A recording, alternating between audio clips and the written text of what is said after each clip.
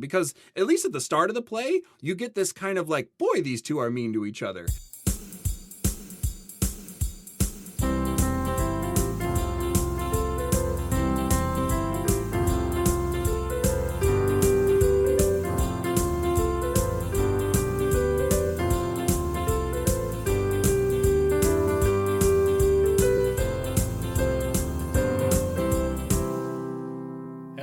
And welcome back to No Script, an unscripted conversation about theater's best scripts. I'm Jacob. I'm here with Jackson for the final week of our themed month for season 13, Marriage Month. We're at the very end of a 5-week look at plays where marriage plays some sort of central element, either in the plot or the theme or, the motivations for the characters. We've had pretty distinct looks at marriage, pretty distinct styles of plays, but nonetheless been really, really interesting to be able to talk about how this important relationship, this meaningful, life-altering relationship impacts the kinds of decisions characters make.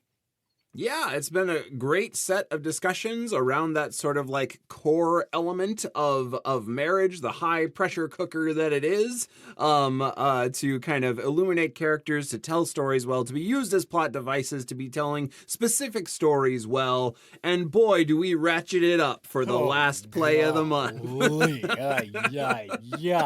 Today we are discussing one of the 5 most famous American plays ever, probably. Yeah, I mean, up there with The Death of a Salesman and The Long Day's Journey into Night and The Glass Menagerie.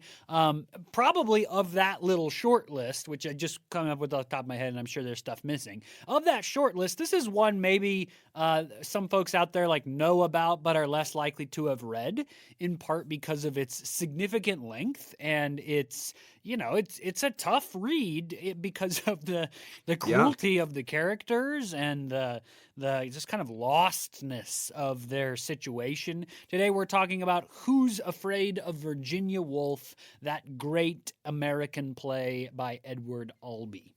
Yes, indeed. Who's Afraid of Virginia Woolf? Excited for that conversation today. I mean, it's just going to be such an interesting one to have in conversation with all the other ones. We've kind of talked through how each of these kind of add a new facet into the conversation about Marriage Month and about how characters engage it. And this one, I'm trying to think of exactly what the through line is with the other ones, just because it's so based in the narrative that this couple tells each other.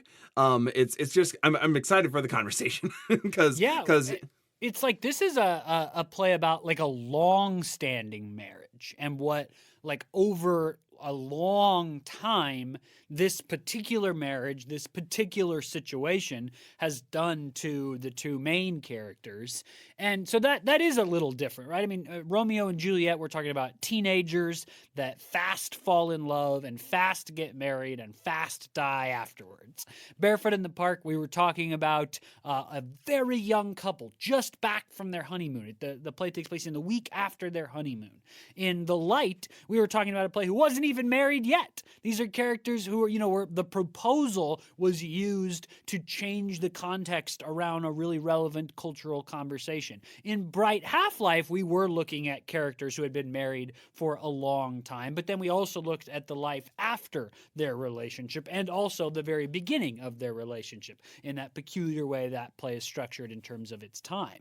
This play is it all takes place over 6 hours at most, but it's about this couple who have been together for a very, very long time and who the rhythms, the patterns, the habits of that marriage have built up over that long time. And we are now seeing kind of the end result of that, those years and years of relationship patterns. Yeah, and sort of the build up, the consequences, all with sort of the stranger comes to town of this other couple over for the night. So excited for the conversation about it. Other married couple over for the night, which I think we should spend some time on today. There's really 2 married couples in Who's Afraid of Virginia Woolf, and the younger couple gets, I think, short shrift in conversations around the play. I think that's that's one of the cool things about doing this play in context of our themed month. We talked about this a little bit with Romeo and Juliet, but like these are plays, those two especially, that there's been a lot of conversation. I mean, people have written their like master's theses on these plays. Many people, you know, I mean, over time, we're just sort of a blip in the radar of conversation about those two plays. And so, you know, why do we do them on the podcast? Why do we have those discussions? Well, oftentimes with plays like that, we like to locate them inside of our themed month because it's a unique avenue. It's a unique lens for conversation. And so when you approach Who's Afraid of Virginia Woolf from the avenue of how does this play portray marriage? How does marriage function? How does this relationship work? One of the first things you notice is there's two married couples. Right. Marriage is examined in two places, in two relationships there. That is, I think that's really central to understanding what's going on. Yeah, the comparison between the two of them, how they both have their own brokennesses and caringnesses. So yeah, excited for the conversation and putting the two of them side by side and alongside all the other plays that we discussed this month. Excited to jump into it. Before we do, as we always do at the start of our episodes, we wanted to say thank you to all of our patrons over at patreon.com/NoScriptPodcast for being patrons of the show. Thank you all so much. Y'all rock. Y'all make these sort of themed months possible, the regular programming here, 2 seasons in a year of No Script. Thank you all so much for making sure that the show continues to get to happen. If you're looking for a way to help out the show, if you've been enjoying this marriage month conversation, or if you've just been listening for a long time and are ready for a way to start engaging the show in a different, more rich perhaps way, you can find your way over to patreon.com/NoScriptPodcast, and you'll find a number of different tiers of patronship over there. The lowest one being just $1, $12 over the course of the year. There's lots of different other tiers that you can look at as well if those seem interested to you, but even that $1 amount helps out the show enormously. So thank you to everyone who has already taken the time to go over to patreon.com/NoScriptPodcast, and we will see you over there. And in addition to the thank you to the patrons for this themed month, thank you as well for making sure that we have other hallmarks of the show, including our upcoming special guest episode, which is just a few short days away. That's right. Next week, our themed month, this is the last episode of our themed month, and then next week we return to our quote-unquote regular programming, but not really, because we have our special guest episode. Every season, Jackson or I take an episode off, and we invite someone else to join the other in conversation around the play. This season, I was joined by Dr. David Cody to discuss the music of Into the Woods. Into the Woods we've talked about on the podcast before, but we often lament when we talk about musicals that we don't have a really in-depth conversation about the music. Well, this is that episode. I've already recorded it, so I know that you are in for a real treat. Dr. Cody brings an incredible amount of insight into what Sondheim is doing in the music of Into the Woods. There is piano, there is really specific things, there's more broad general things. You're going to get a lot out of that conversation. If that's something that sounds exciting to you, please check it out. We discuss how the music works in the characters, how the music works for the themes. We discuss the nature of live music in theater itself. It's a wide-ranging, interesting conversation. I'm sure you're going to have fun with it. That's next Monday. Please come back to join us for our special guest episode. And then we're just a few short episodes from the end of the season, as you can tell by the chill in the air and the holiday music that I was humming as I was setting up my microphone today.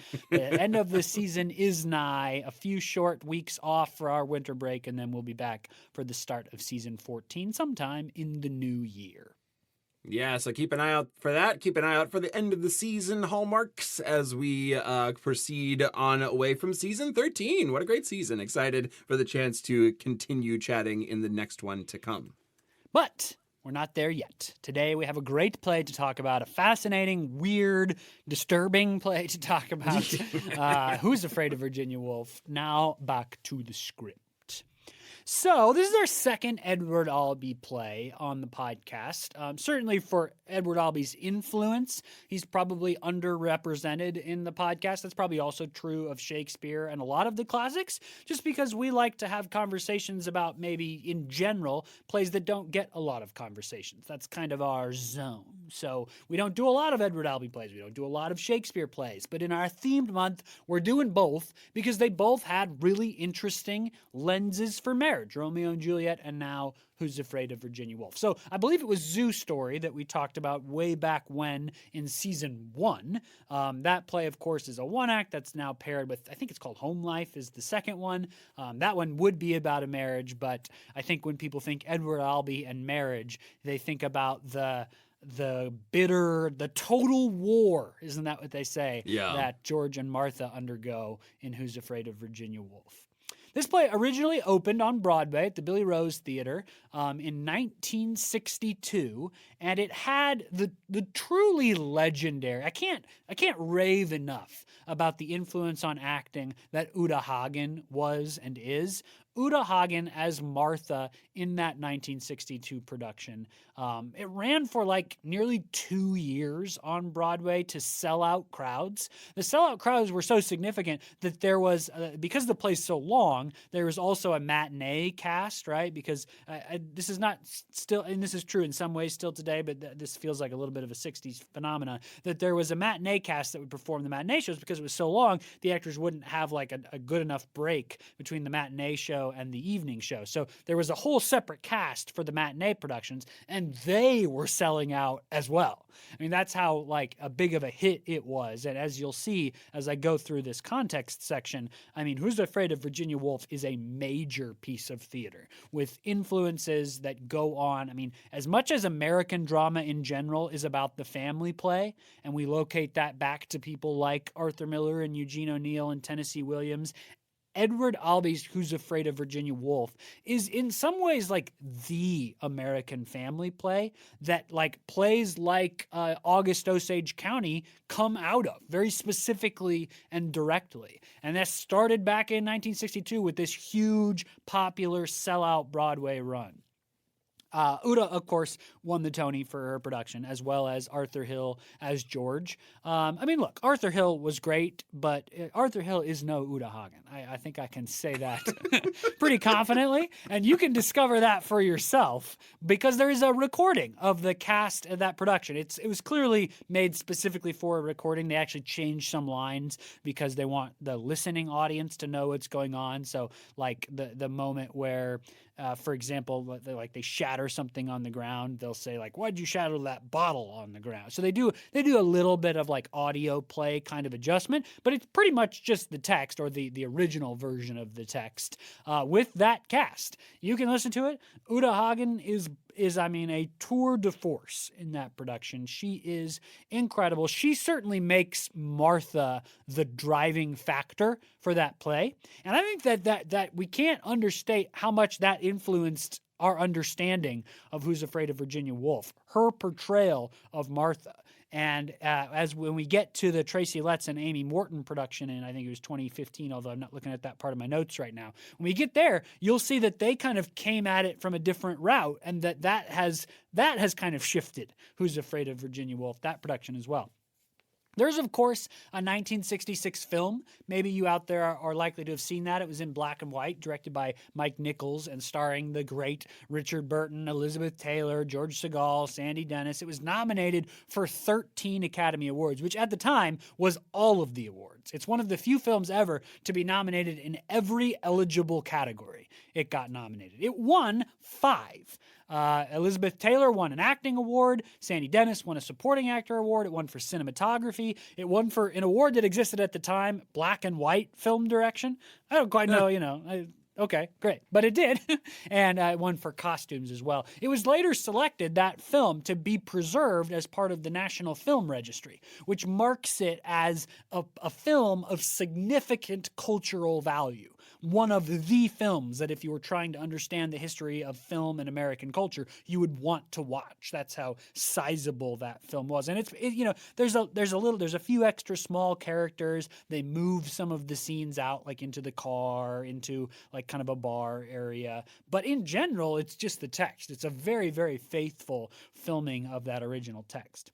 There's a 1976 Broadway revival, and, of course, I'm skipping a lot of productions, just hitting some of the highlights. There was a 1996 production at the Almeida Theatre in London, which transferred to the West End. In 2000, it was at the Guthrie in Minneapolis, starring Patrick Stewart. I mean, Patrick Stewart as George is interesting to me because he's so like likable as a person. He's a little bit like cherubic in his sort of like boyish, even now, even still, really. You watch that Pinter play he was in, Ashes to Ashes. You can watch clips of that. He still has that kind of boyish innocence about him. It's what made his Picard so interesting. So that kind of quality brought to George is fascinating to me. I haven't seen it. I'm just interested in that sort of understanding. 2005 Broadway revival starring David Harbour, the famous sheriff from Stranger Things, as Nick. Bill Irwin won a Tony for that revival as George, and that production ended up going on to tour, not like a national Broadway tour, but for a couple of specific residencies on the West End, to the Kennedy Center, to Los Angeles, to like go and sit for a while and play for those audiences. 2010, this is, so it wasn't 2015, I was wrong earlier. The 2010 Steppenwolf production has come to be, at least to me, I don't know that more broadly people would think about this, this is the production I think of when I think of Who's Afraid of Virginia Woolf, because of how great I think it was. Amy Morton and Tracy Letts play George and Martha. Those are two, outstanding actors. Tracy Letts, of course, is also an outstanding playwright. That production goes on to transfer to Broadway at the Booth Theater. Tracy Letts wins the Tony. It also wins the Tony Award for direction. You can still watch a bunch of the marketing materials. They've got clips. They've got interviews. As we get into our conversation, I'll describe some of the great interviews with Tracy and Amy that really helped me understand the play. And again, one of the common reflections from their production is how strong that production made George. And that's pretty different from the Uta Hagen-Arthur Hill relationship that I think really defined Who's Afraid of Virginia Woolf for 50 years. The Steppenwolf production really took a different angle on that relationship. In some sense, it just has to do with like Tracy Letts as George doesn't seem as drunk as everybody else. And that's a really interesting, he has a certain power in his like mental cognition that late at night and that drunk. 2017, a production at the Official London Theatre, a production at Ford's Theatre in D.C. In 2020, there was a Broadway revival scheduled, which would be the fourth Broadway revival of this play by my count, which just speaks to it, its power. It was in previews, but unfortunately it was canceled due to the COVID pandemic and just never quite picked back up. This had the amazing Laurie Metcalf as Martha. What I wouldn't give to see Laurie Metcalf play Martha, and Russell Tovey, who, if you don't recognize the name, Google a picture, you'll recognize him as Nick. He seems like a Nick, He just seems like a Nick. That seems like a good cast. 2022 at the Geffen Playhouse in Los Angeles with Zachary Quinto as George. That's a pretty interesting cast because that's a pretty young George. Zachary Quinto is not like a young actor anymore, but he seems younger than George does to me. And maybe that's just the feature of how like wealthy people are aging these days. I don't know his age, so maybe he's the right age for George, but he certainly looks quite a bit younger than I imagine George. And of course, George being younger than Martha is a feature of the play, so there might be something going on there. 2022 Yale Repertory Theater, 23 Theatre Royale Bath, and now I want to give you 4 productions that are going to happen in 2025, just to speak to how popular, relevant, and still produced this play still is. 40 plus 20 some is 60 some years later. This play has 4, and these are just the major productions. I'm sure there are any number of college and community theater and smaller repertory theater productions. These 4 productions march at the Portland Center Stage. If you're in the Portland area, you can see Who's Afraid of Virginia Woolf at the great Portland Center Stage. March in April at the Pittsburgh Public Theater. If you're in the Pennsylvania area, you have a chance to see it. In April at the Island Theater in Florida. And in November, December of next year at the Sydney Theatre Company in Australia. Woof, that's a big production history. It won the 1962 New York Drama Critics Circle Award for Best Play. It won the Tony Award for Best Play when it originally premiered in '63. And this is kind of a cultural, iconic tale about this play. It was reportedly selected to win the 1963 Pulitzer Prize for Drama. Supposedly, it was selected as that award winner. But the committee ended up objecting objecting to its profanity and sexual themes and cruelty, and so they just didn't award an award that year. And that's happened a couple of times in the Pulitzer Prize history, but usually it's because they can't select from among a group of finalists. They don't think one place stood out from the 3 to 4 finalist selections. In this case, they selected a winner and then decided that it was like too profane and grotesque to actually award the award. Yeah. The title of Who's Afraid of Virginia Woolf is also a famous story about the play. Supposedly, Edward Albee was at a bar and saw some graffiti scrawled on the mirror in the bathroom that said, "Who's Afraid of Virginia Woolf?" And he said to himself, that would make a good title of a play. And I think that's it. I think that's the whole reason it's called that. I'm sure, there's some thematic stuff. Edward Albee himself talks about it as because it's based on the song "Who's Afraid of the Big Bad Wolf?" The Big Bad Wolf. And so, but it's interesting that when he talks about the title, he seems to be mostly talking about the song "Who's Afraid of the Big Bad Wolf?" The Virginia Woolf piece of it, I have not seen him really specifically comment on that. And there's been much made throughout history from lots of people about what they see in this. Here's an interesting thing that I see, and I'm very sure this is not what Edward Albee meant, but it matters to me. Virginia Woolf famously said, "Everything I read these days, including my own work, seems to me too long." That's how I see it. Again, I'm sure that's not what Albee meant, but it's a little long. I think he could safely say that about Who's Afraid of Virginia Woolf. It's a long play, for sure. As such, as I move to summarize it, I will be doing just a big flyby on it so that we can get into the conversation itself, just give you some of the large standing stones of the play, and then we'll get into the specifics, especially the specific cruelties, the specific things that the characters throw at each other as we go. But this play takes place in a living room of a house on the campus of a small New England college, and I'll just read you the character descriptions as I have them in my script here so that you have those as a start. We have Martha, a large, boisterous woman, 52, looking somewhat younger, ample but not fleshy. Weird bit of description there. And then we've got George, her husband, 46, thin, hair going gray. Honey, 26, a petite blonde girl, rather plain. And Nick, 30, her husband, blonde, well put together, and good looking. Now, these folks are all at this New England college, and they've just come from sort of a big old faculty party and have been invited to kind of get to know each other a little bit better. This is by virtue of Martha's father being the president of the university and trying to just sort of matchmake them. Nick is a new professor of biology at the school. George is a long-standing history professor at the school. And as I've already mentioned, Martha is her father is the president of the school, and she's been kind of helping out with the sort of ethos of the college for a very long time.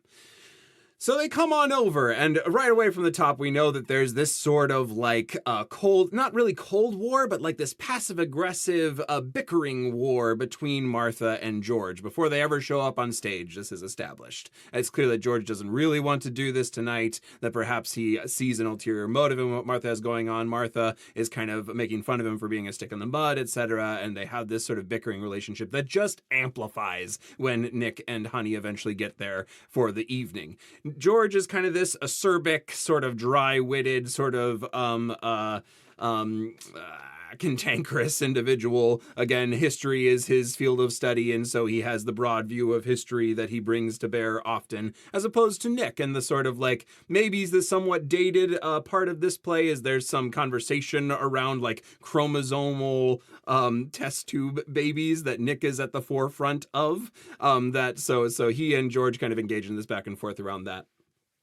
But overall, from the course of the night, the drinks flow. That's going to be a big theme of the conversation, is the drinks flow throughout the night. People get progressively more and more drunk, and more begins to come out. And the what starts as sort of like perhaps a long-time couple bickering turns into just straight-up passive aggression, sucker punches thrown all around. Martha brings up a lot of sort of dirt on George. The kind of first act of the play is titled Fun and Games games, and it's the game ends up being called Get the Host. And so over and over, George is kind of battered with this. She punched his lights out at a faculty event once. He wrote this novel that got turned down completely by her father. There's kind of over and over this sort of like he's been this letdown of a professor. He was supposed to be the heir apparent of the college that she married so that he'd be the heir apparent from her father whenever he retired, and that's been a letdown throughout the whole time. So across the two acts, this kind of continues. Along the way, lots of getting drunk happens. Nick starts off as this like sort of like reserved, doesn't really want to get to know George at all, and throughout the whole time he's kind of shocked by their relationship. However, he warms to Martha, and there's a bit of a spark there between them. And eventually, Honey as well is sort of like along for the ride in some ways. She's sort of with the conversation to some extent, but she has just a little bit of drink and eventually has to go off and throw up. And it turns out that she throws up quite frequently. We learn that she gets sick quite frequently. And the second act, which is titled Walpurgisnacht, which is a bit of a in-play reference to the Witch's Night, and the plot thickens. We find out more about both couples and about how they have both had some struggles around having children. We know that Martha and George have a sort of estranged child that is out there in the world that we don't really know much about. It becomes more and more clear. George blames Martha for being an alcoholic and having people over all the time and probably being a little bit inappropriate with her son, and that's why he says he's not there. She blames George for being overbearing, this sort of shadow and this disappointment, this person that their son doesn't really appreciate having. We learn more about Nick and Honey's story of meeting quite young when they were kids and kind of maybe having this, quite early, maybe a little too early relationship with each other that leads to a premarital pregnancy of some sort that is termed in a lot of dated language. But eventually, though they get married as a result of that early pregnancy, she loses the baby in some way, and they wind up married as a result of that, kind of in this long sort of friend, like from a young age relationship. Worth noting that Nick, as he's telling this story without Honey on this stage, calls it a hysterical pregnancy. It's his belief that she wasn't ever pregnant. Later in the play, we discover, I think, a different understanding of that story from Honey, but the way that Nick tells it, it was not ever a real pregnancy.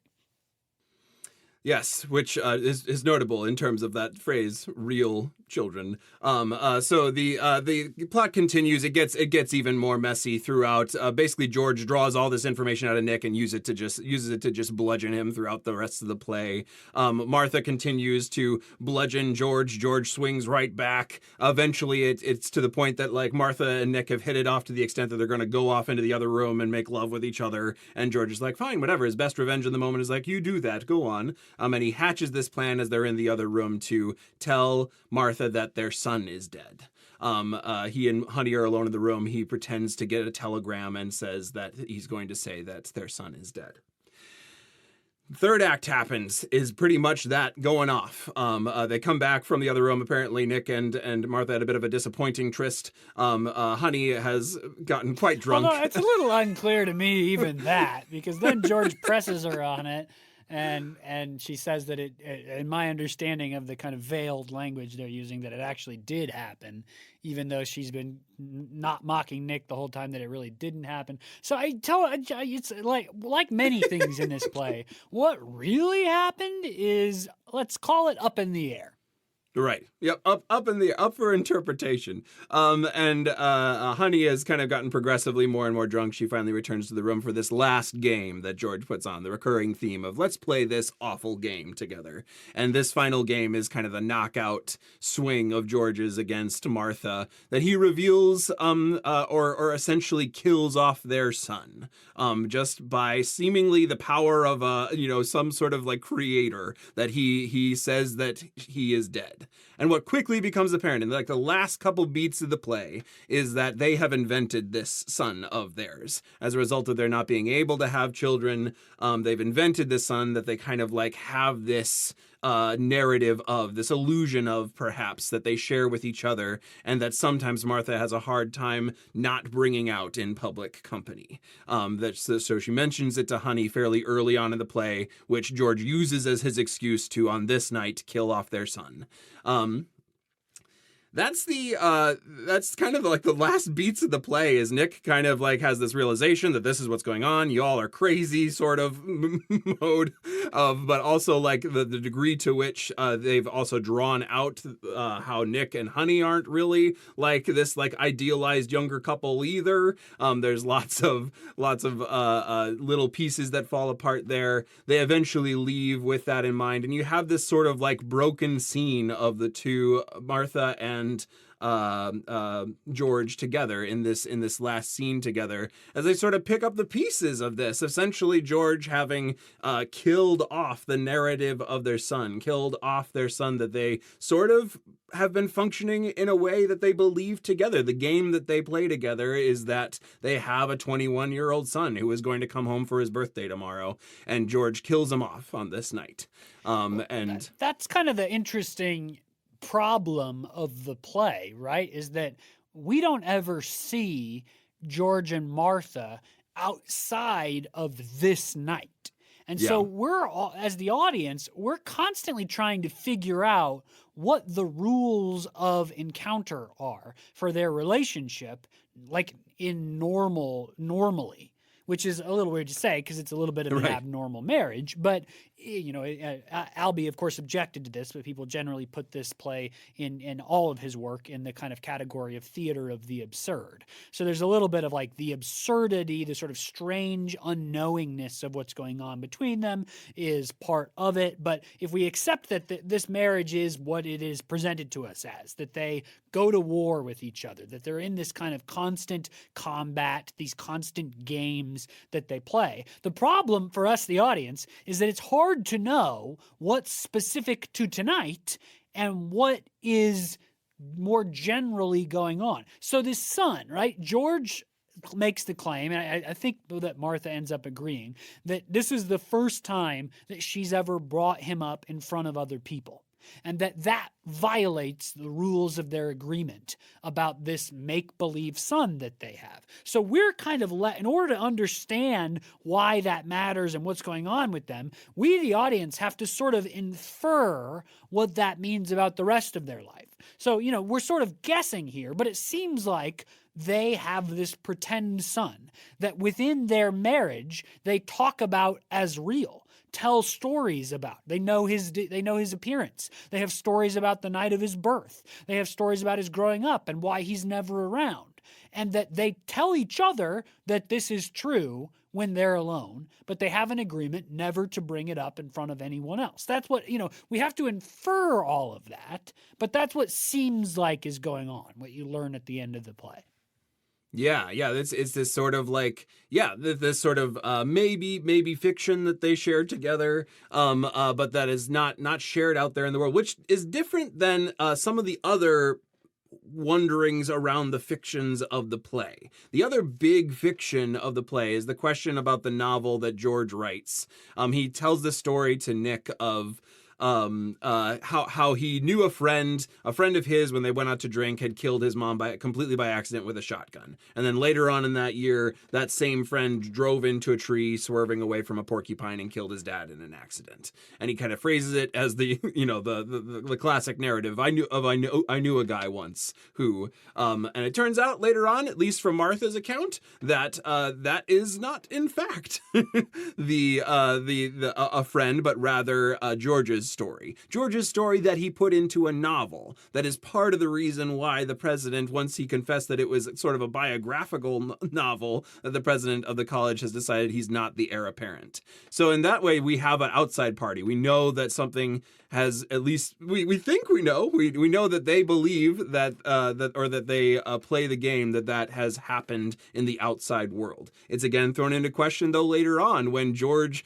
kills off their son by saying he swerved to miss a porcupine in the middle of the road. So there's all sorts of this constant evaluation of what exactly in the game that they play with each other is real and what is not. Right, truth and illusion, right, and that's not highfalutin analysis of this play. That's a commonly accepted theme, and it's also said out loud by George and Martha a number of times in that third act. And I'm not going to be able to quote it exactly, but Martha says something at one point to the effect of, "You really can't tell the difference between truth and illusion anymore," to George, and George says, "No, but we have to continue to pretend that we can." And so what's real and what's not real inside of this marriage is in some ways the subject of the play. But again, we have to then sort of figure out how they understand what's true and real when Nick and Honey aren't around, like on other nights, but we only get this night to judge it on. Yeah, you have to like sort of make some educated guesses that especially Nick is also making. I feel like Honey to some degree does, but Honey almost has like her own like sense of like sort of trauma response that happens in the night, and whether it's a missing of a moment for her character to be a part of it, or like a derived from her trauma. She's not in the action a lot, but like Nick is the one who's trying to suss out what exactly is happening with this couple. And so that's the ride we go on with Nick, to some degree, is trying to try to figure out what's going on with these two. Yeah, certainly he goes from very early in the play trying to maintain, I don't really want to get involved, like I don't want to take sides between the two of you, and then to, trying to sleep with Martha, or maybe actually sleeping with Martha, unclear, and then very much taking her side near the end, and George sort of has to overcome them together. And it's just an interesting feature about the names. I don't know that a lot of people, when analyzing this play, make a lot of this. I don't know how much I personally make of it, but George and Martha, of course, are the names of the first president and first lady of America, right? George and Martha Washington. And so a lot of folks make of that a kind of grander metaphor for America that Albee is describing, and its inability to see truth and illusion for itself, like the country more broadly.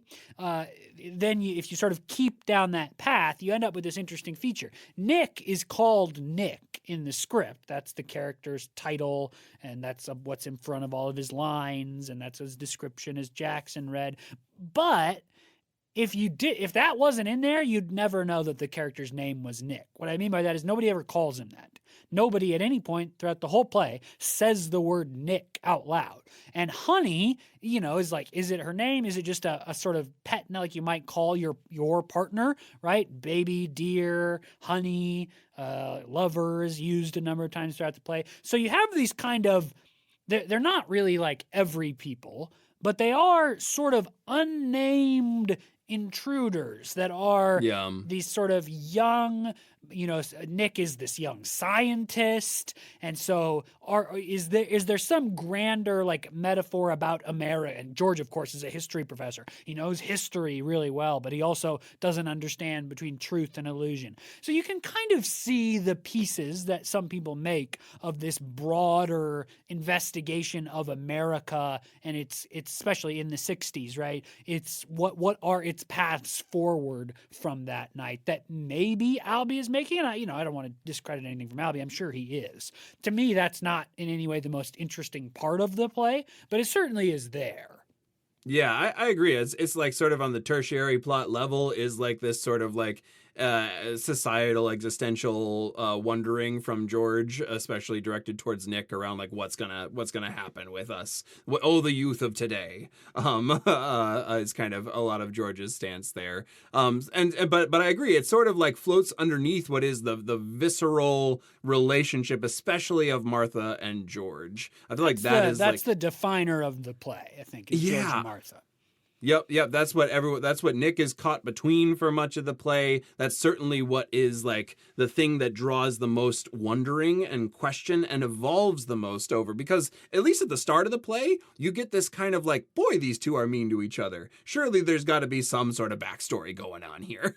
And you're in it to try to figure out why these two are so mean to each other. But then it's complicated so interestingly by virtue of, and that's certainly true. They're mean to each other, and it's no brutal doubt. Sometimes. They're in fact, in the middle of the second act, we talked about this earlier. They decide that they say total war, right? Whatever this disagreement, this conflict is between them, they decide in the middle of the second act, gloves are off. We're going to take this to as far as it's going to go tonight, whatever this thing that makes them so cruel to each other is. Yep, whatever that sort of original hurt was in their relationship. It's then complicated by the knowledge that they share illusions with each other.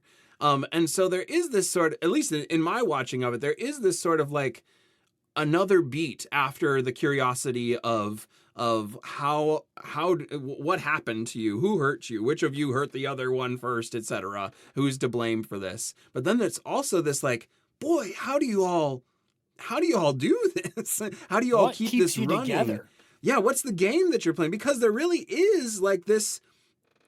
Martha has this really interesting monologue late in the play of like the only person who I've actually only ever loved is George. Who makes me happy even when I don't want to be happy, she says. Mm-hmm. And some of that is certainly fraught in what is clearly like a very dually manipulative relationship. As you can imagine, because she's describing all this to Nick. Nick is basically like, "What are you talking about?" I've been here the whole night. That's how he responds to her. You're telling me you're like deeply in love with this man and he's the only one to ever make you happy? You've been destroying him all night. Yep. So there is like something in there of like they also though share this narrative with each other. That as much as there's certainly a narrative of them failing each other and consistent ribbing for their failures to each other. There's also this narrative that they are together to some extent. And they've chosen so often aggressively, to be together. And so that extra beat of curiosity of like, oh, so I'm not just interested in which of you hurt the other and how this all started. I'm also interested in how you keep this thing running. And how you stay together in the midst of all of this fighting and illusion that you've agreed to live in. Yeah, and I think one of the things that you get the sense of is that this lie about their son is one of the things that has kept them in whatever this is that they had, not necessarily kept them together, although maybe, but kept this war, this battle, this Martha describes it as like her wrist is sore from whipping George all the time, right? That's what's kept that going, and that George, in his decision to end that finally once and for all with the killing of their son, has decided that this might be a way for them out of this. They don't know what's going to happen next. Neither of them knows what happens when you shatter this illusion. That's very clear at the end. But it also seems clear that George has decided we can't keep doing this for whatever. And let's not pretend like George is innocent in all this. He gives every bit of cruelty back to her that she gives to him, including hitting her a couple of times throughout the play. I mean, he's not like just the whipping boy for this play. And he takes his fair share of abuse and he gives it right back. But he makes a decision at some point that all of this is going to happen tonight. That tonight is the night where something changes for good. And I think a question of the play is why tonight? Why, if this is their relationship, if they're in this combat, this abuse of each other, that's their life together. For whatever reason, they go home, they get drunk, especially Martha, and they say terrible things to each other. Why is it that tonight's the night that we see where that is going to change one way or the other? It may mean that the shattering of their abuse is the shattering of their relationship. That's possible. It may mean that there's a better path forward. We don't see what's next. But we know that George tonight makes a change that they will never, that's not recoverable. It's going to change the relationship one way or the other. So why? Why does that happen tonight? Yeah. Yep. And I think you gotta entertain the reality or the likelihood that it's Nick and Honey being there. It has to be, right? And there's no other explanation. Yeah, it's the inciting incident that sort of sets off things. And also, though, the complicating action is just as important. What is revealed to Nick and Honey is also a crucial element of it, because Nick is this sort of existential threat to George's career. Certainly, the painful last nail of whatever happened before with his falling from supposed inheritance-ship of the college. Nick is kind of sort of at least represents to George, if not is actively the heir apparent of the college. He's kind of coming in, he's new, he's part of this cutting edge kind of biology movement that's going to change things, that's going to move things away from sort of the history and the classics and George's Western civilization sort of conversation into this bright new future. And so the presence of Nick is a threat to him. I think then also Martha's view of this couple as the kind of new blood in here, the kind of one more chance for her to kind of serve her father's vision for the school is part of that equation as well. But also, I like the way that she interacts with Nick is also in the equation as well. We're not really sure the degree to which she's done this before. Again, we only have this night, and so there is this sort of wondering for her. To me, it seems clear that she's done it before. I think it's one of those, like, I don't know that it's necessarily spoken aloud, or if it is, you don't know whether to believe it or not. Exactly. But it does seem to me like the context is, like, George and Martha have guests over, and the guests view this combat, and, you know, maybe they end up, sleeping together in some form. They talk all the time about faculty beds being, or musical beds being the faculty sport, right, is the joke. And so I agree with all of that about Nick, being a particular maybe threat. And also, they're like new. There's something to the idea that they're new faculty, right? Yeah. And that they're young faculty. Nick is 28, and even in the context of the play, that's particularly young to be able to get this kind of position. And he was like a young genius is the concept. So all that matters. And then Tracy Letts and Amy Morton in their interview with Theater Talk about their production said something that I thought was really interesting, that Nick and Honey aren't just any guests. They're guests that have a particular lie of their own that they're not honest with each other about. Tracy Letts and Amy Morton basically make the case that for whatever you think about George and Martha, they're at least honest with each other. They're upfront with each other about how they feel. They know what, they say late in the play, do you not know what's truth and illusion anymore? But it seems clear that the son that they've created, they're upfront about what it is. And that's why they don't tell other people about it. That they, at least in all of the cruelty and whatever around their marriage, are upfront with each other. And that Nick and Honey come in and they're this couple that's not that. That they lie to each other. That lie to each other. Nick maintains this lie that he's really even attracted to Honey at all. That he's happy in the marriage at all. When George finally gets him alone, it becomes very clear that he feels really stuck by this, he thinks, fake pregnancy that happened when they were much younger, and that, there's all these constant jokes about her being sort of flat-chested and slim-hipped, and Nick's, Martha, her body is described as being pretty different than that, and that might be some of what Nick's interest is in this affair. There's all this stuff, right? And then George, with Honey later in the play, he gets her to admit, again, this is not in so many words, but what seems pretty clear, that she's basically been self-medicating abortions throughout the entirety of their marriage, and that's why she's sick all the time. And then, of course, you look back at that original pregnancy and you wonder, was it really a quote-unquote hysterical pregnancy, as Nick said, or did she self-medicate with booze and pills and abortion? And so it's interesting that George is the one that discovers this lie that they tell each other, right? And Martha doesn't really get either side of that. And George is then the one to decide, I'm going to break this final illusion of Martha's and I's and see where that takes us. So that's at least I thought was a really interesting observation from Tracy and Amy, that Nick and Honey are not just any couple, but they're this couple that deceive each other as the key to their relationship. Yeah, no, that's a really good point. As much as George talks about Martha while she's off stage to Nick, he says almost everything that he says to Nick also to Martha's face when she's in the room, as opposed to what George draws out of Nick about Honey is stuff that he never says to Honey when she's in the room, all the way, like, maybe until the very end when George, like, flips the script on them and reveals that they've been sort of hiding this from each other the whole time, this sort of resentment between them. So yeah, I think that's really a astute analysis of the play, of them kind of having this secret that is also the thing that is drawn out. And in that way, you've got, some resonances between the two couples to kind of bring us at the end of our conversation here back to the broader conversation on Marriage Month. You have two, like we said at the beginning of the play, these two couples. Interestingly, though, on their initial, at the first pale, there is a lot that separates them, right? You have a pretty established professor and a new professor. You have kind of establishment daughter of the president, and you have sort of Midwestern girl.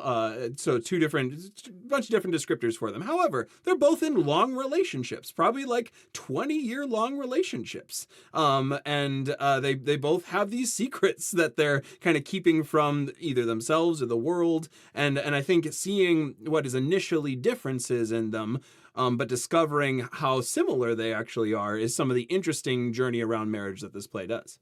Yeah, I think, as we said earlier, in reading this play in Marriage Month, Nick and Honey become a much larger part of the conversation than I think they are. I think, like, in my picture of Who's Afraid of Virginia Woolf, it's like Nick and Honey sitting silently while George and Martha yell at each other. That's kind of like what the play seems like. But when you take this other lens, you suddenly see that Nick and Honey's marriage is just as much a part of it as anything else. And I think you're right that it's the secrets, the illusions, right, that are both of these couples have going on. Now, the difference seems to be that George and Martha maintain a secret or illusion together, between them, inside of their marriage. Nick and Honey have these secrets and illusions that they maintain from each other, individually themselves. And I don't necessarily know that Edward Albee is like meditating on marriage or anything. But if you look at this play as those two couples in comparison, you sort of get the ends of the spectrum, right? A lie that you would maintain within a relationship from everybody else, and then the lie that you tell to each other to maintain your relationship at all. Yeah. What's and with that, sort of, what length will you go to maintain the relationship? And the weird interplay of secrets, what you believe about each other or about how the world perceives your relationship, I think is also on display. You have the sort of commitment of Nick and Honey to a relationship that maybe they weren't necessarily hustling towards, but the commitment to it, that they needed to do it and move on forward there. And then you have the commitment of George and Martha as well, of kind of like, we're stuck here, at least from George's perspective, stuck here under the shadow of your father in this college. And then the sort of like question of Martha of like, I was supposed to marry the heir apparent and you turned out to be a failure. So you have all of those questions of like how our secrets, what we're keeping, affects the way the world looks in at us as well. Right. And you have the power of a marriage, and maybe you could apply that more broadly to any significantly important relationship, to have its own reality inside of it. You sort of think about if you're married out there, like the difference in experience between like going out into the world with your partner and then that moment where you and your partner come into wherever you live and shut the door. And this idea that those might be different realities. That's the George and Martha reality. And then you bring in Nick and Honey, and they take that even further, and they say, actually, there may even be different realities inside of the individuals. You think about how different it is to sit in your living room with your partner, and then when you go into whatever room of the house and shut the door.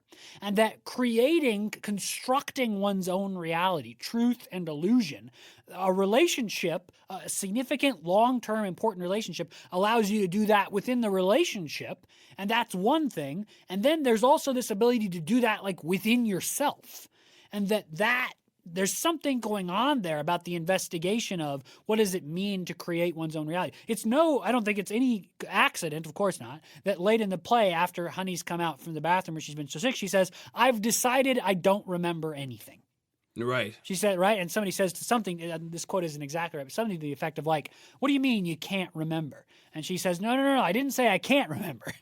I said I don't remember anything. That, right? She constructs this lie, this fabrication within herself. It's not something that she and Nick decide together. It's something that she decides within herself. And it maybe sounds a little bit like Albee's glorifying George and Martha and degrading Nick and Honey. I don't think that. I just think this is the portrait of two different ways to approach truth and reality when you have these long-standing relationships. As you said, yes, Nick and Honey are young, but they've been together for a long time. Since they were children, it's been assumed they would be together. So these are two years, decades-long relationships in the making. And how a decades-long relationship impacts your your relationship with reality seems to be some of what Albee is investigating.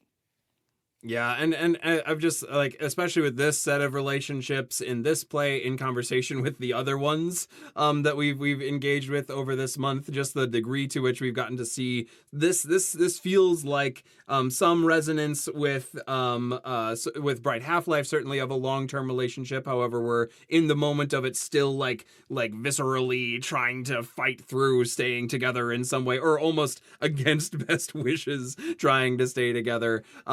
I love the contrast too of the first play and the last play that we did, of like the crafting of a world that happens in Romeo and Juliet, of like, let's imagine a world where we can be together. And it's interesting that the combat in Romeo and Juliet is around them, right? Yeah. Romeo and Juliet's fast relationship and marriage is sort of the antidote to the combat. They're young, they're quick in love, they're quick married, and their love is the anti-combat. And Who's Afraid of Virginia Woolf, this decades-long relationship, their love is the combat. Those are pretty interesting, like, end posts, one and the other, for this month. Yeah, and the degree to which the illusions are made in both of them. The illusion that there's a world that Romeo and Juliet could be together, and not have their families bicker and fight, ultimately is destroyed. And the illusion that Martha and George kind of craft together, that they can be together as long as they have the illusion of this sun.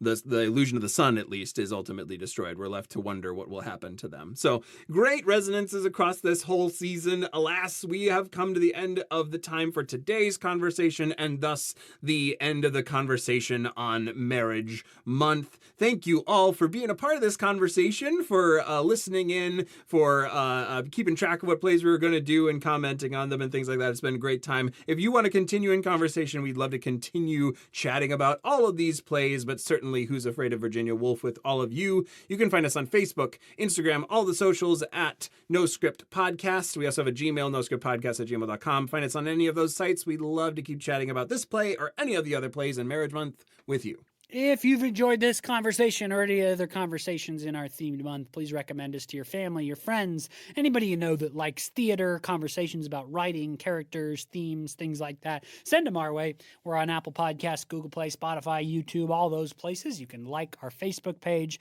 and a link to the new episode just appears every Monday for you to click and play right from there. Super easy. And join us next week. We're back with our special guest episode. We'll say goodbye to Jackson for a week, and I am joined by Dr. David Cody to discuss the music of Into the Woods. Really, really good conversation. Excited for you to hear it. Hope you'll join us. Until then, I'm Jacob. That's Jackson. Thanks for joining us for No Script, the podcast.